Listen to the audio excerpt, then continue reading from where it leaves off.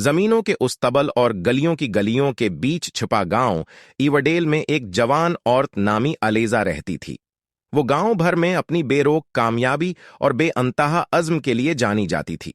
سورج طلوع سے لے کر غروب آفتاب تک الیزا کو اپنے خاندان کی کھیت کی دیکھ بھال کرتے ہوئے پایا جا سکتا تھا، بیج بونے، پودوں کی پرورش کرنے اور مواشی کی دیکھ بھال کرتے ہوئے۔ الیزا کی کوششوں کا مقصد صرف ان کاموں کو مکمل کرنا نہیں تھا، بلکہ یہ اس کے کردار کی عکاسی تھی۔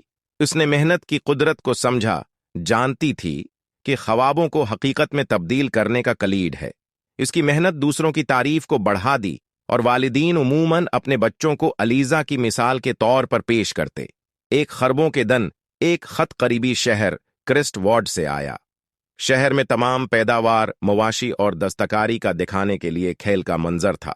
ایوڈیل میں خوشی کی گرجن سنائی دی گئی اور الیزا نے اس موقع کو صرف اپنے کام کے پھل کا نمائندگی کرنے کا موقع نہیں سمجھا، بلکہ دوسروں سے سیکھنے اور اپنے گاؤں کو نئی تصورات لانے کا موقع تھا۔ شہر کے محنتیوں نے خوشی سے کام کرنے والے الیزا کے بارے میں خوشی سے بات کی۔ دوسرے گاؤں کے کسان جو الیزا کی محنت پر شک کرتے تھے، اب ان کی کوششوں کے لیے کچھ بھی عزت سے نہیں تھے۔ جب ججز انٹریاں جائز کر رہے تھے، الیزا کا دل تھم گیا۔ اس نے اپنے کام اور عزم کو دل سے سبوک لگایا تھا، نہ کہ جیتنے کی خاطر بلکہ محنت کی طاقت کی تصویر کرنے کے لیے۔ جب فتوحات کا اعلان ہوا، جمیت پر خاموشی چھائی۔ جب الیزا کا نام مختلف زمرے میں بلایا گیا، اس کی آنکھوں میں آنسو آ گئے جب اس نے اپنے انعامات قبول کیے، اپنے عزم کے نمائندگی کرنے کے علامت کے طور پر۔ البتہ سب سے بڑا انعام ابھی باقی تھا۔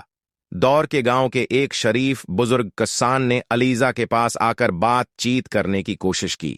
اس نے اس کی محنت اور مخلصی سے دلچسپ تھی اور اس نے اپنے تجربات کچھ بیان کرنے کی خواہش کی۔